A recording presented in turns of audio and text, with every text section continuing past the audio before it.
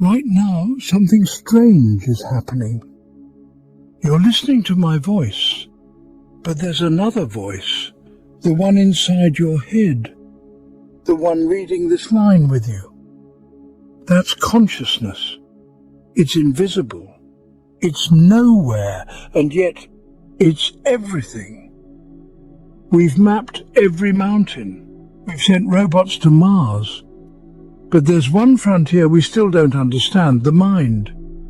More specifically, the conscious mind. It's the me that feels sadness when music plays. The you that remembers your first kiss. The sense of being that doesn't show up on an X-ray. Scientists call it consciousness, the experience of awareness. The feeling of being alive, knowing you're alive. But here's the thing, no one really knows where it comes from. Is it just neurons firing in the brain, or is it something deeper? René Descartes once said, "I think, therefore I am." But what if he was wrong? What if we're not the ones doing the thinking? What if we're just the ones watching it happen?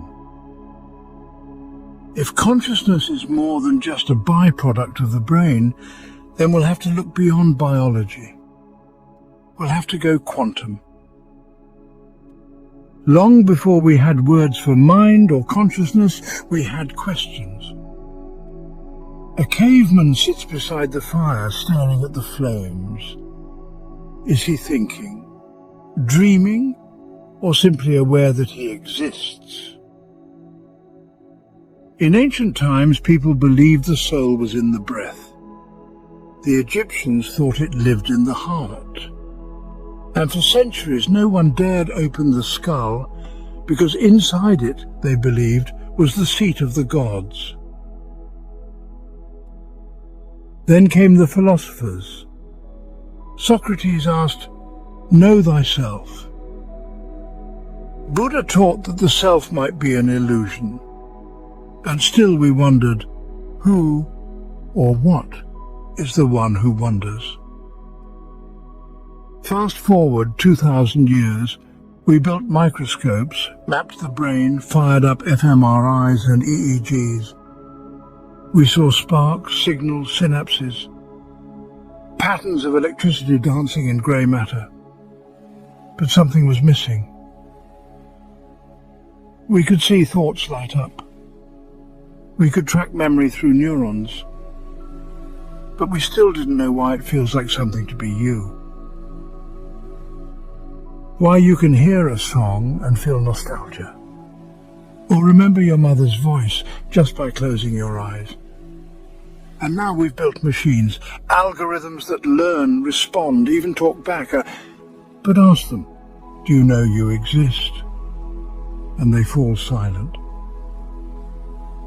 We've come a long way, from firelight to fibre optic, from cave paintings to brain scans. But the truth is, for all our intelligence, we still don't know what makes us sentient, or whether a machine someday might be. To find out, we'll need to go deeper, into the quantum jungle beneath the brain, where matter and mystery meet. We've dissected the brain down to its smallest parts, mapped its folds, named its regions, traced its signals. We know which neuron fires when you smell coffee and what happens when you fall in love, feel fear, or remember a song. Science has given us tools, powerful ones, fMRIs that scan blood flow to regions of thought, electrodes that capture the storms inside our skulls. We've reduced behavior to brain chemistry. We've linked mood to molecules. And yet something's missing. Because even when we explain the mechanics, we still don't touch the experience. A machine can register heat, but can it feel warmth? We can trace the pain signal in a lab rat's spine. But what is pain without someone to suffer it? Reductionism, the idea that everything can be broken down to parts, has helped us understand the how. But it stumbles on the why. Why does a pattern of neurons firing create a sense of self? Why does electricity in the brain give rise to dreams, memories, or the ache of a heartbreak? Think of it like a symphony. You can analyze the notes, the instruments, the timing. But where is the music itself? Where does beauty live? That's the puzzle of consciousness. It's not just an output of the brain. It feels like something. It is something. And the closer we look, the more elusive it becomes. So maybe, just maybe, we've been looking in the wrong place, or not deep enough. What if the secret to the mind isn't in the neurons at all? What if it's in something far smaller and far stranger?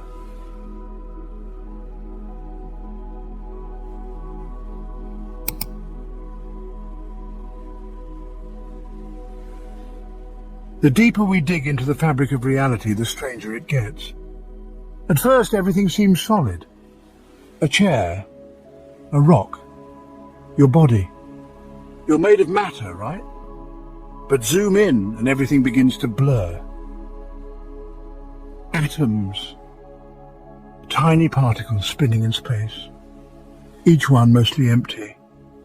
What we call solid is just an illusion of closeness. What we call real is mostly nothing at all. And inside those atoms, particles even smaller, electrons, quarks, ghost-like things with no edges, no location until we look at them. This is the world of quantum physics, and it doesn't play by the rules we know. In the quantum realm, particles don't just exist, they possibility. A single particle can be in two places at once. It can spin left and right at the same time. It doesn't make sense, and yet it works.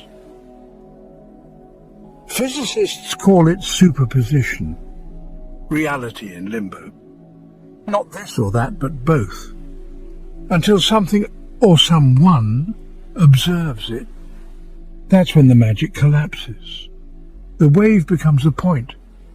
The blur sharpens into a single choice. And suddenly a decision is made. But by what? When we look at a quantum system, we don't just measure it, we seem to change it. By watching, we interfere. By observing, we create. Does that mean the universe knows it's being watched? Or worse, does it mean it wasn't real until we looked? For decades, scientists argued. Was it the eye that caused the collapse, the instrument, or the conscious mind? Some laughed it off. Others quietly wondered. Because if consciousness plays a role in shaping reality, then the mind isn't just reacting to the world. It might be part of how the world forms. This isn't science fiction. It's quantum mechanics, the most accurate theory we've ever had. It powers your phone, your GPS, your computer. It works, but it makes no sense.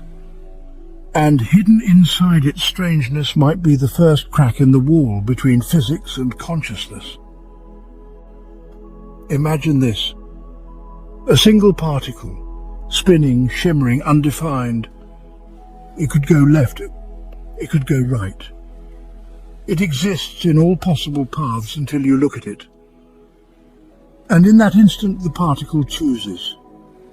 The wave collapses, reality locks in. Not before, not after, the moment you observe it. This is the heart of one of the strangest puzzles in physics. That's the observer effect. You're not just watching the universe, you're part of how it unfolds. It's as if reality needs you to press play.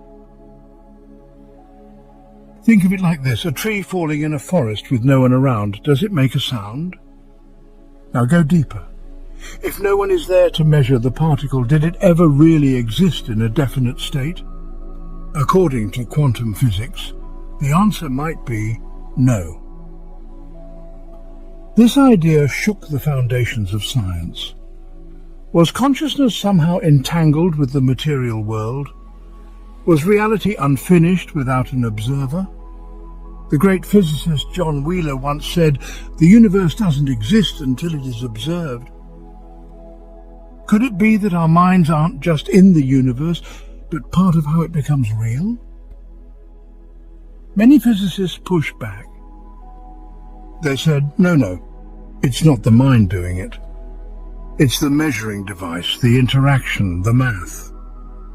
But others whispered quietly, what is observation if not a conscious act?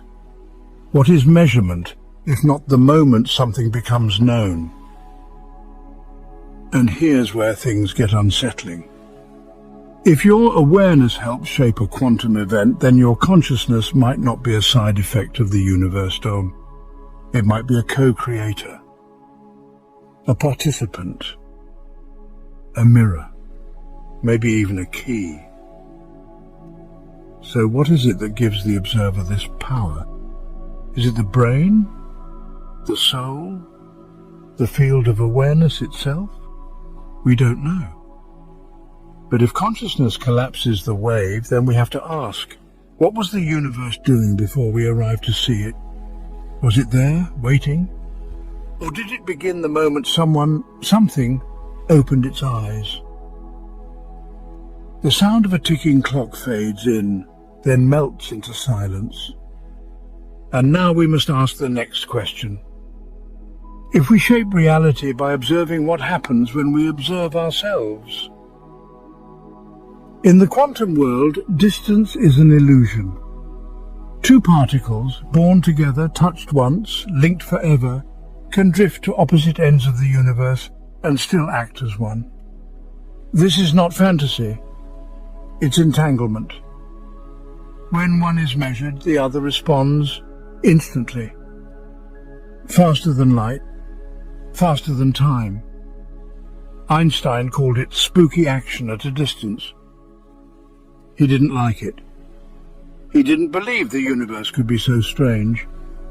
But experiment after experiment has proven it. Connection exists beyond space, beyond reason. Now imagine this. If matter can be entangled, what about minds? What if thought, emotion, awareness itself isn't locked inside our skulls? What if we're all just tuning forks in the same field, resonating, responding, entangled without knowing? Have you ever thought of someone, and they called seconds later, felt another's pain across oceans, dreamed something before it happened? Science shrugs these off as coincidence. But quantum theory invites a different lens. What if we are not as separate as we think? What if consciousness is not local but non-local? Not sealed in the brain but stretching, reaching, touching across invisible threads. Some scientists now wonder, could human minds be quantum systems too? Delicate, subtle, entangled. Not like hard drives processing information, but like waveforms dancing together in a sea of probability. And if that's true, then every thought might ripple out. Every feeling might echo in the field. Every self might be a note in one infinite song. You're not just a drop in the ocean. You are the ocean in a single fleeting drop. So is entanglement just a physical trick of particles? Or is it the first clue that mind and matter are threads in the same great tapestry? Maybe the separation is the illusion. Maybe we've never been alone. A low hum rises, like wind over wires, like something ancient vibrating just beneath perception. And next we follow that vibration into the unknown, into theories wild enough to terrify physicists and bold enough to change everything. Are we dreaming the universe into being?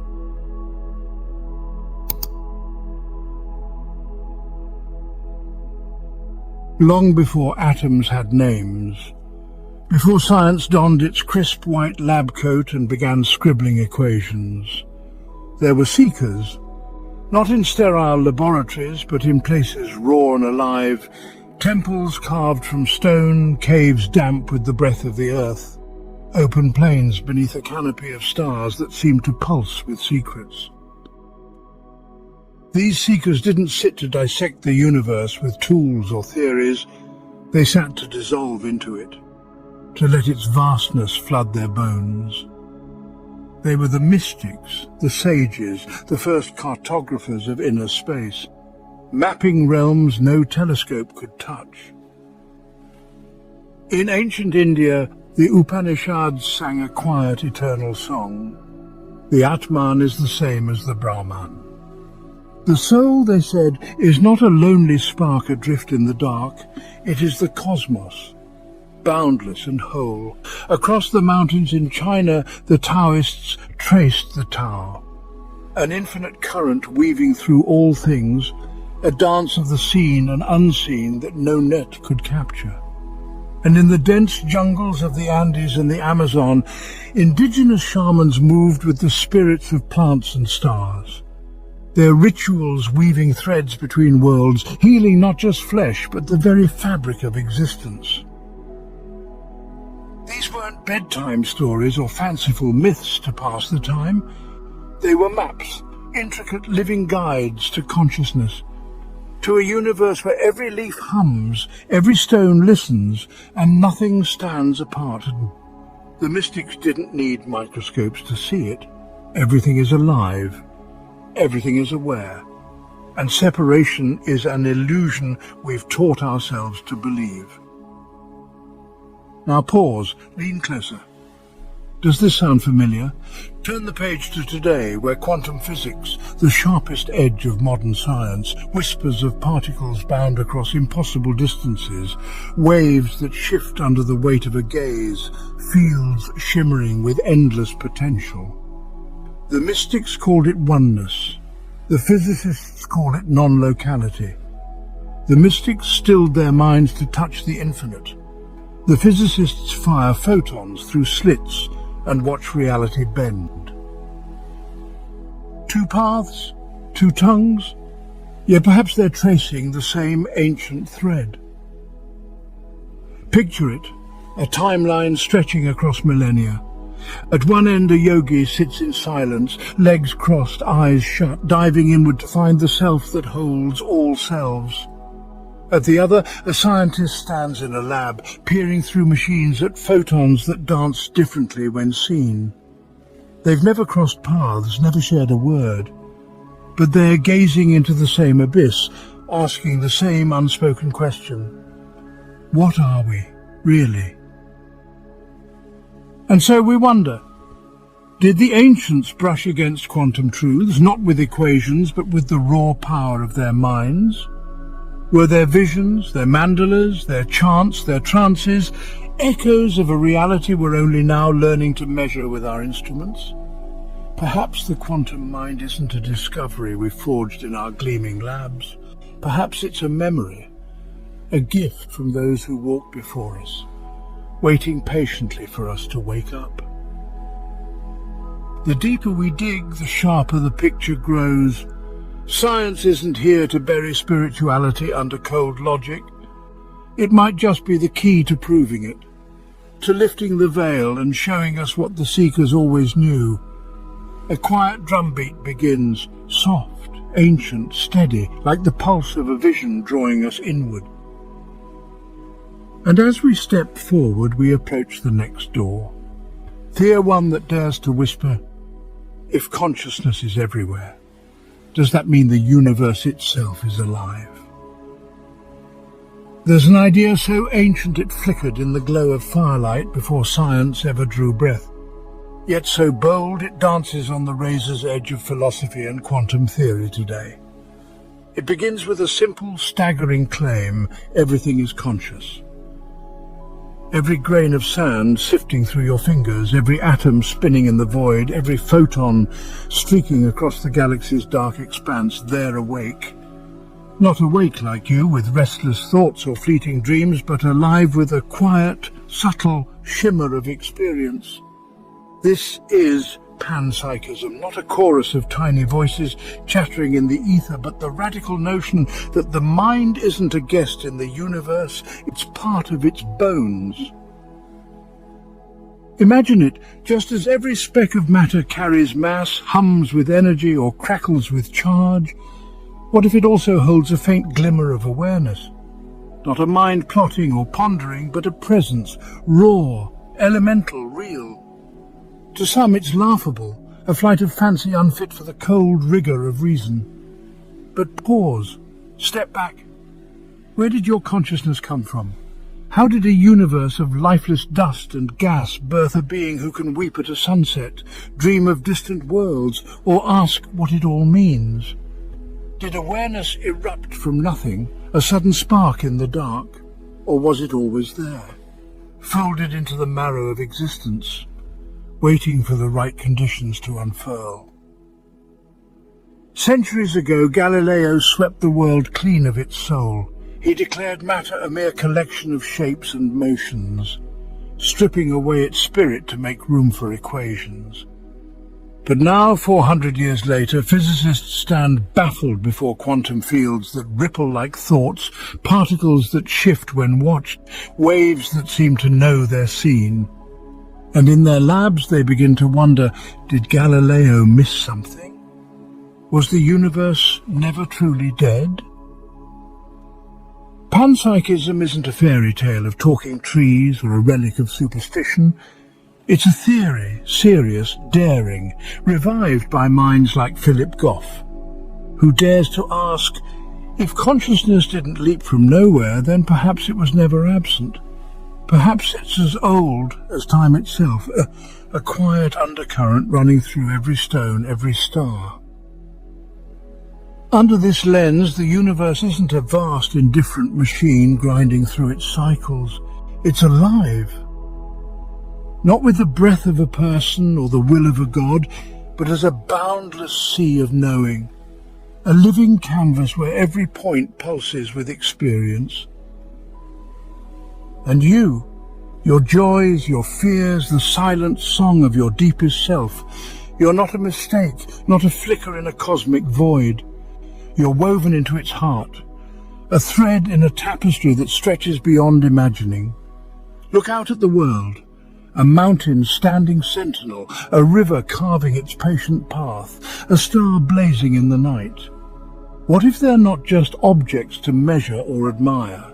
What if they're beings, not like us, but alive in their own strange, silent way? What if the cosmos is dreaming itself into being, and you are one of its most luminous dreams? So now the question rises, soft but insistent, if everything carries a spark of mind, is the universe itself a mind, a self, a vast consciousness spinning its story across eons? And if it is, if the rocks and rivers and galaxies are all part of its quiet awareness, what happens when we stop talking and start listening?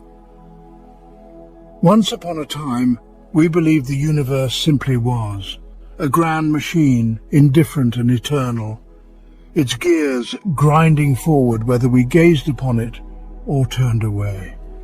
Mountains rose, stars ignited, particles spun through the void, all of it marching on, unwatched, untroubled. But then quantum physics crept in, a quiet thief in the night, and stole that certainty away.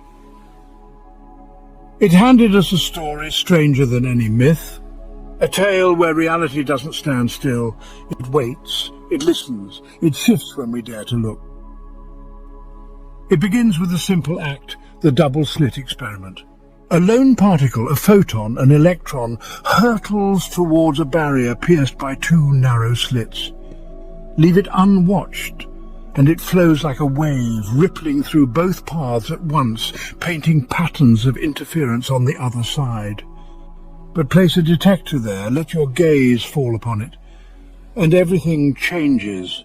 The wave collapses, the particle chooses, one slit, one path, as if caught in the act. The mere act of observing rewrites its story. Reality bends under the weight of your attention. What does this mean? It means you're not a bystander, peering through a window at a world that doesn't care. You're inside it, tangled in its threads. You're not just watching the universe unfold, you're helping to shape it. Physicist John Archibald Wheeler called this the participatory universe, a vision where the cosmos isn't a finished script, sealed and delivered. It's a tale that writes itself as we turn the pages, each glance a stroke of the pen. Every moment of awareness sends echoes rippling through time, backward, forward, weaving the fabric of what is. Think of it when you lift your eyes to a star. You're not merely seeing its ancient light. On some unfathomable level, you're anchoring its existence, calling it into being. Wheeler dared to go further. What if the universe doesn't just allow observers? What if it needs them? What if consciousness isn't a guest who arrived late to the party, but a cornerstone laid at the very beginning? Matter births life, life ignites consciousness, and consciousness turns to gaze upon the cosmos, and in that gaze, the circle closes. The universe becomes whole. It's a cosmic dance, a feedback loop spinning through eternity. You're not apart from it. You're a partner in its unfolding. It sounds like poetry, a dream too fragile for the hard edges of science. Yet every quantum experiment hums the same refrain. We are not just in the universe is in us, alive in every thought, every look. So the old question fades. What is reality made of? And a new one rises in its place. Who is dreaming this into being? And deeper still, can we wake up inside the dream and see it for what it truly is?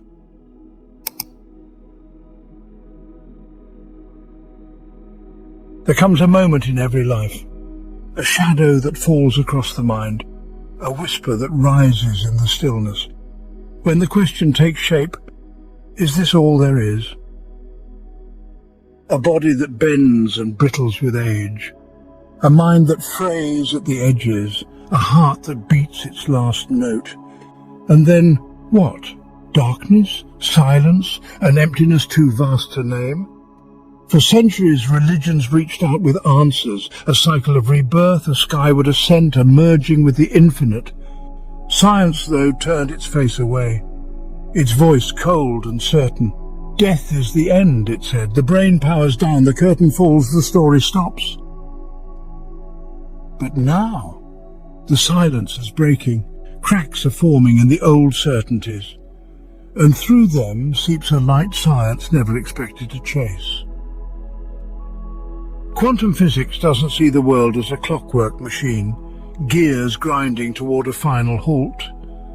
It sees a dance, a field of probabilities stretching beyond the horizon, a web of entanglements that defy distance and time, a place where information doesn't crumble into nothing but shifts, transforms, endures. And consciousness? It might not be a fragile flame flickering inside the skull, snuffed out by a gust of decay. It could be something vaster, something non-local, something that whispers of eternity. Start with time. In the rhythm of our days, it flows like a river, past washing into present, present spilling into future, an arrow we can't unshoot. But in the quantum realm, that river twists into a loop, a knot, a Mobius strip of maybe. Particles slip backward, sidestep forward, or hover in strange states of when, unbound by the rules we know. Physicist Julian Barber goes further. Time, he says, might not even exist, just a trick of the mind, a story consciousness tells itself as it sifts through infinite nows. If time isn't the rigid line we imagine, then what is death? A full stop or a shift in the frame? Then there's the soul, not a wisp of vapor or a winged silhouette, but something more tangible. Information. Physicists like Roger Penrose and Stuart Hameroff peer into the microscopic world of brain cells, into microtubules humming with quantum activity. Their theory, orchestrated objective reduction, or OR, says consciousness isn't just the buzz of neurons firing, it's a quantum process, a computation woven into the fabric of space-time itself. And when the body fails, when the heart stills and the lungs empty, that information doesn't blink out. It might dissolve, flowing back into the quantum sea it emerged from, a tide returning to its source. Picture it, a single drop slipping into the ocean. But that drop is you, your laughter, your grief, the light behind your eyes. Not erased, not scattered, but returned, a note rejoining the symphony it briefly left. And then there's entanglement, that eerie quantum bond where particles separated by light years move as one. If consciousness is entangled too, linked to the universe, to others, to the whole, what does death become? Not a severing, but a reunion, a thread looping back into the weave. This isn't about clinging to old faiths or spinning comforting tales. It's physics brushing against the unknown, mystery answering in a voice soft as wind. We may never map the land beyond the veil, never hold proof in our hands. But for the first time, science lifts its gaze, and what it sees isn't a blank wall, it's a shimmer, a hint, a suggestion that death might not be an ending, but a crossing. So we stand at the edge and ask, if consciousness outlasts the body, where does it drift? If death is a doorway, not a dead end, who or what steps through? There's a hum beneath the world, too faint to catch with your ears, too subtle to pin down. But sometimes in the quiet you feel it, a shiver of recognition, a flicker of something more. It's there in the déjà vu that stops you cold, in the dream that clings to you sharper than waking life, in the nagging sense that this, all of this, might not be the full story. What if that instinct is true? What if your reality, this solid, stubborn world of flesh and stone, is nothing but a projection, a hologram spun from a truth you've never touched? It sounds like madness, a tale too strange to hold. But physicists have been murmuring it for decades, piecing it together from the edges of the cosmos. It started with black holes, those ravenous voids that swallow light itself. Jacob Beakenstein peered into their depths and found something uncanny. The information of everything they devour doesn't vanish into the abyss. It lingers, etched onto their surface, their boundary, not locked in their three-dimensional core, but painted in two dimensions, flat and eternal. The discovery shook the foundations of physics. From that shockwave came the holographic principle, birthed by Leonard Susskind and sparked by Stephen Hawking's genius. It dares to say that everything you see, the sprawling 3D chaos of stars, skin and sorrow, might be a projection, a shimmering image cast from a 2D code written on the universe's edge, like a hologram, vivid and convincing, but not the root of itself. Your world, your laughter, the ache in your chest, all of it could be a rendering, a cosmic trick of light and math. Now let that sink in. If reality is a projection, then death, the moment we dread, the line we can't cross, might not be an ending at all. It could be the moment the simulation flickers off, the layer you've lived in folding away. But you, the real you, the spark behind your eyes, might not be trapped inside that layer. What if your consciousness never fully stepped into the hologram? What if it's been watching from outside all along, tethered to a deeper realm, unbound by the ticking clock or the frail shell of a body? The mystics knew this tune. In India they called it Maya, illusion, a dream spun by the soul to wander through. Now physicists like Juan Maldacena and Brian Greene chase the same thread, wondering if space and time aren't bedrock truths but emergent illusions, woven from quantum information we've yet to grasp. So when your pulse fades and your breath stills, maybe you don't drift into nothing. Maybe you don't go anywhere at all. Maybe you wake up, shedding the projection like a skin, stepping out of the dream. Imagine it, a gamer slipping off the headset, the screen going dark, a projector's beam clicking off, the film dissolving into silence, a character blinking awake and realizing they were the one dreaming the story. What we call the afterlife might not be a distant shore with angels and golden gates. It could be rawer, realer, a return to the source code, the hidden field where all projections begin.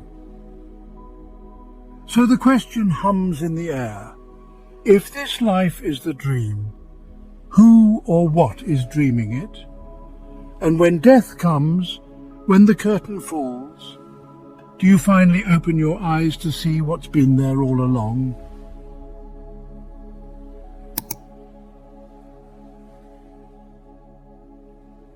There's a murmur that drifts through the ages, carried on the wind from the muddy banks of the Ganges to the prayer-wheeled peaks of Tibet, slipping into the minds of those who've brushed death and returned.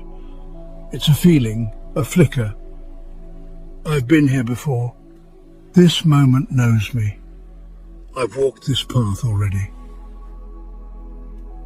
Reincarnation, an idea older than the stones, older than the words we've scratched into them. For millennia, it's lived in hymns and hopes. But what if it's more than faith? What if science, with its sharp tools and restless questions, is tracing the same circle? Begin with quantum memory. In the old physics, memory was simple. A scribble of neurons, a fragile archive etched in the brain's soft clay. But quantum theory sees something else, information that doesn't fade or break, encoded in the dance of wave functions, rippling through the fabric of time itself. Some minds propose that this quantum information, woven into space-time's deep structure, might outlast the body's collapse, not as a spectre drifting through the dark, but as a pattern, a blueprint, poised to resurface when the universe aligns just so, like a melody lost to silence, only to sing again through a new string. Then there's the many worlds interpretation, a vision so vast it bends the mind. Every choice, every chance splits the universe in 2 or 1,000. One new steps left, another steps right. Countless selves branching into countless lives. What if reincarnation isn't a return to this single thread, but a leap across the weave?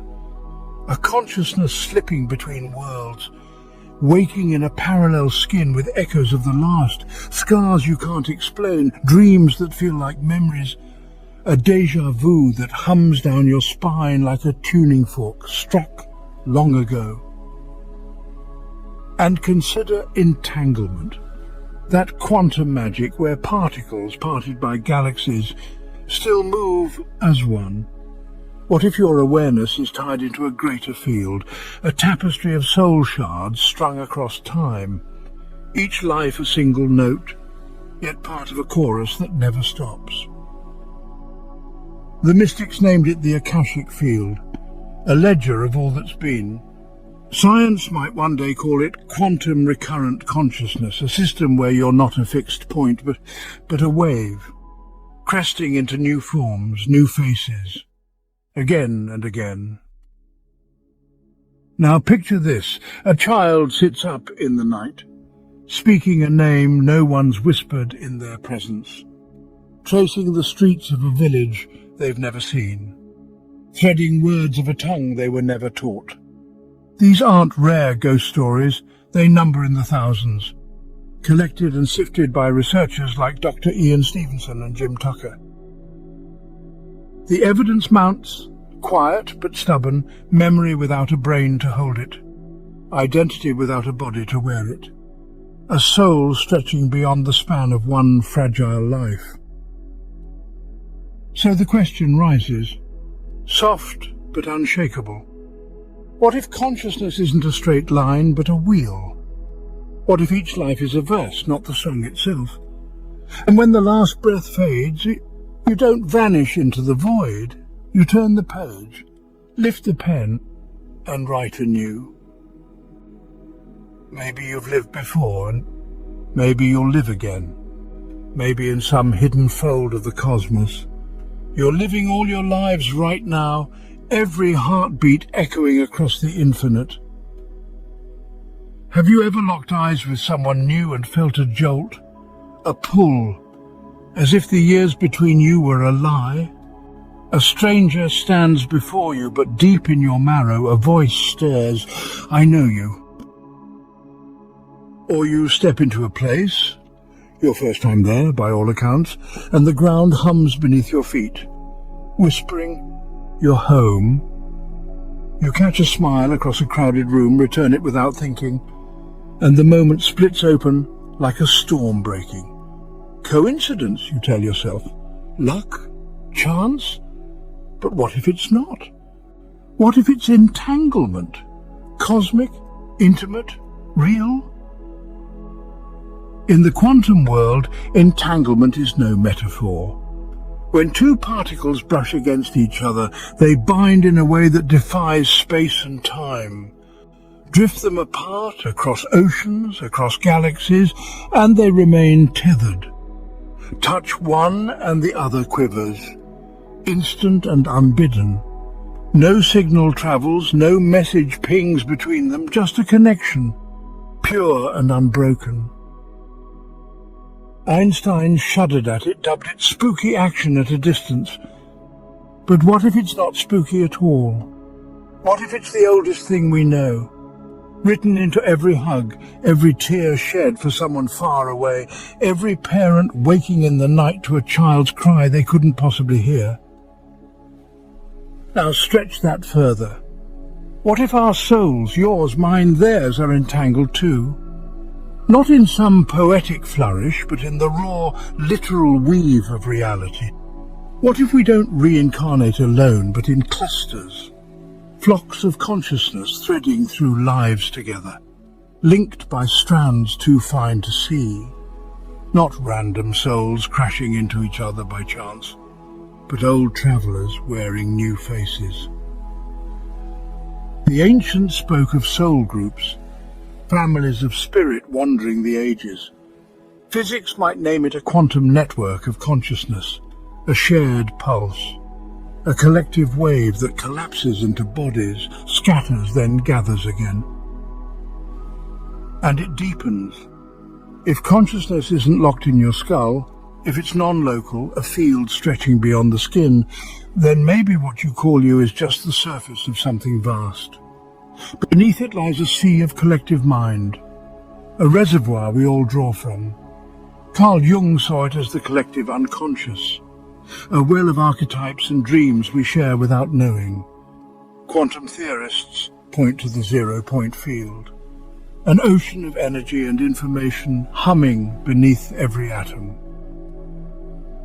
When we die, we don't dissolve into nothing. We pour back into that sea, merging, mingling, remembering. And when we return, we bring traces of each other along. It answers so much, doesn't it? The stories that never quite end, the debts and promises that linger across years, the people you lose only to find again in a different skin. Your path isn't a lone thread, it's a braid, woven with others before the first star blinked on. 1,000 lives ago you might have fought side by side, loved with a fierceness that burned, clashed until the air broke. And now, here you are, on a train platform, in a quiet classroom, in the flicker of a dream, and something stirs. We've done this before. We'll do it again. So what is destiny? Not a straight track carved in stone, but a web, spiraling, looping, alive with entangled memory. A dance of souls drawn back to each other, to learn, to heal, to grow. That's why losing someone cuts so deep, not just the absence, but the tug of their thread still pulling, faint and insistent, from the other side of the veil. So the question lingers, soft as a breath. If we're quantum beings, do we ever truly say goodbye? Or do we just murmur across the divide, "I'll see you again in the next life"?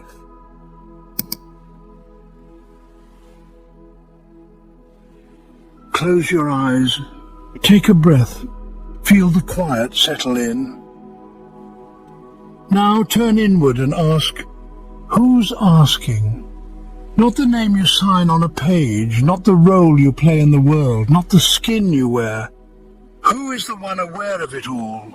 The steady presence catching your thoughts as they drift, tasting your joy, tracing your breath. It's there always watching, yet when you reach for it, it slips away, a reflection without a source, a mirror that shows everything but itself. Neuroscience steps in with a firm hand.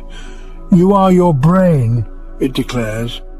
A tangle of neurons firing, a storm of signals and chemistry churning out the thing called you. But even the sharpest scans, the most intricate maps of grey matter, falter at a stubborn wall. They can chart how the brain hums, but not why it sings, why red burns bright in your mind, why a melody cracks your heart open.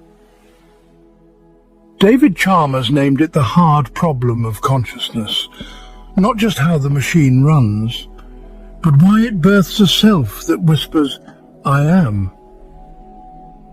Quantum physics pulls the thread tighter, unraveling certainties with the flick of its wrist. In the double-slit experiment, a particle shifts its dance, wave or point, based on one thing, whether it's seen. Unwatched, it spreads like a sigh, a haze of maybes.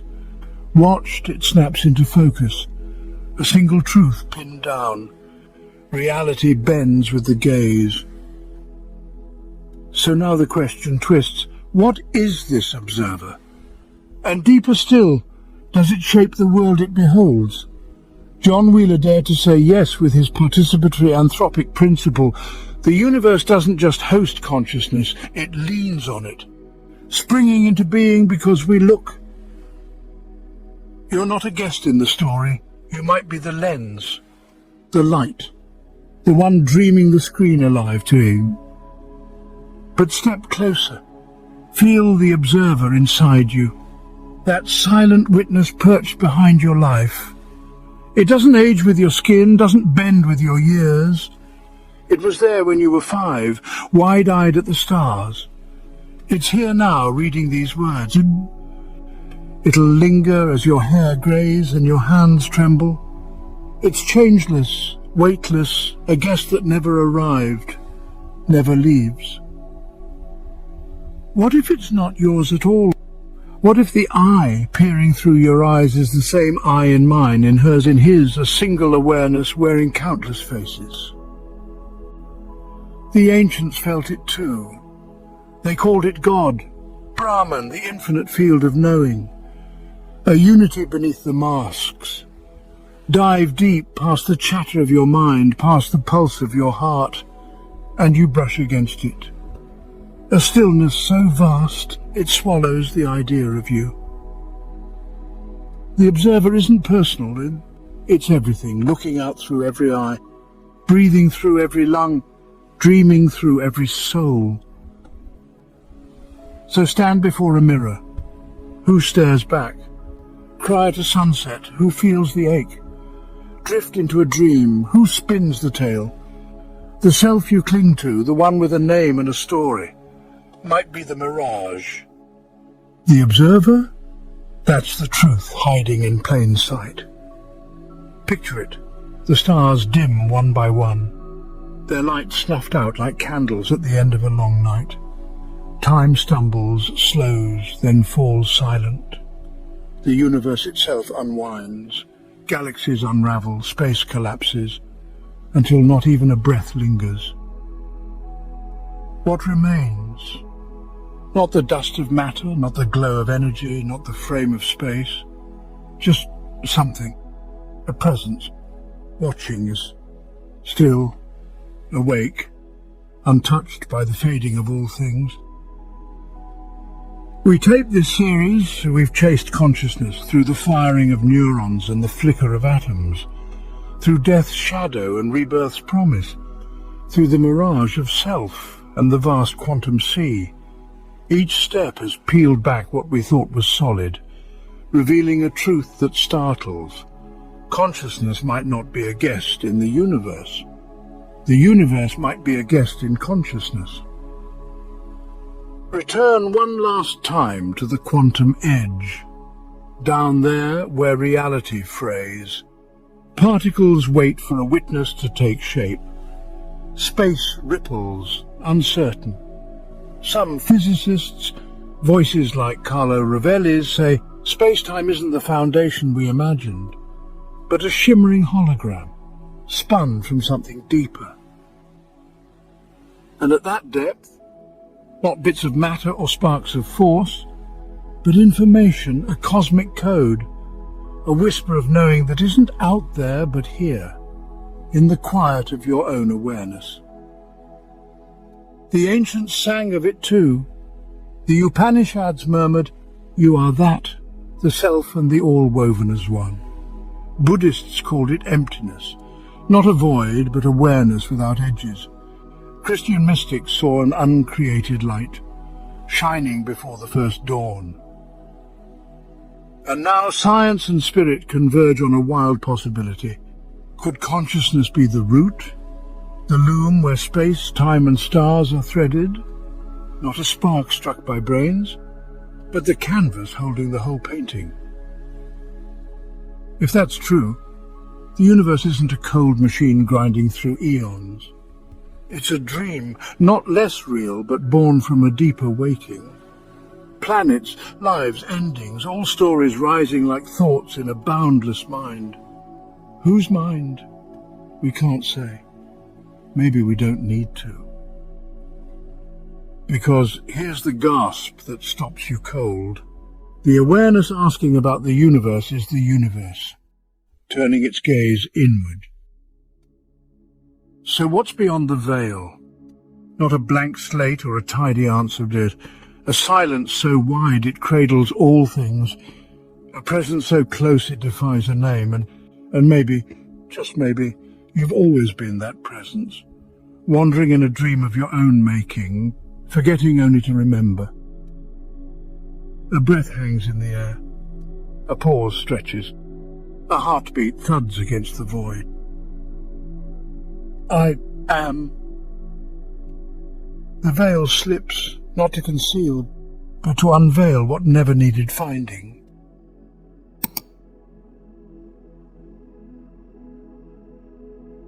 We've journeyed far, traversing a landscape of atoms and ancestors, pixels and particles, death, rebirth, and the very edges of awareness itself. But now, before we reach the final veil, we must pause and confront a pressing question. How much of this is truth? and how much is beautifully told mystery. Throughout this story, we've explored theories that the mainstream often sidesteps, venturing into territory critics label as fringe. We've dared to pose questions that science cannot yet resolve. Remote viewing, reincarnation, morphic resonance, quantum souls, simulated universes, ideas that stir something deep within us, but also demand careful scrutiny. The truth is stark. Science is not yet on our side for many of these concepts. There is no hard evidence that consciousness collapses the wave function, no clinical consensus that the brain sustains quantum coherence at scale, and no reproducible experiments that prove reincarnation or telepathy. We must acknowledge this reality, not to dismiss the mystery, but to honor its depth. Speculation, after all, is a double-edged sword. It can ignite breakthroughs that reshape our understanding, or it can mislead millions down paths of illusion. As storytellers, we walk a tightrope, balancing science and spirituality, awe and accuracy, the curiosity of what if against the temptation to assert it is. But maybe there's a different way to see it. Maybe it's okay not to know. Maybe the point isn't to replace one dogma with another, but to hold the question wide open, to live inside the wonder and become fluent in ambiguity. Because the truth is, not knowing can be its own kind of wisdom. So, as we approach the final chapter, we leave behind not certainty, but a kind of spacious humility, a recognition that reality is still writing itself, that science is still unfolding, and that consciousness, whatever it is, might just be the pen in the universe's hand. As this moment settles, picture the scene. The camera pulls back, revealing the narrator silhouetted against a vast cosmic blackboard. Equations fade into the void. Stars reappear in their quiet brilliance, and in the silence, these words linger. Everything we've shown you may be wrong, or it may be the beginning of something we've barely begun to see.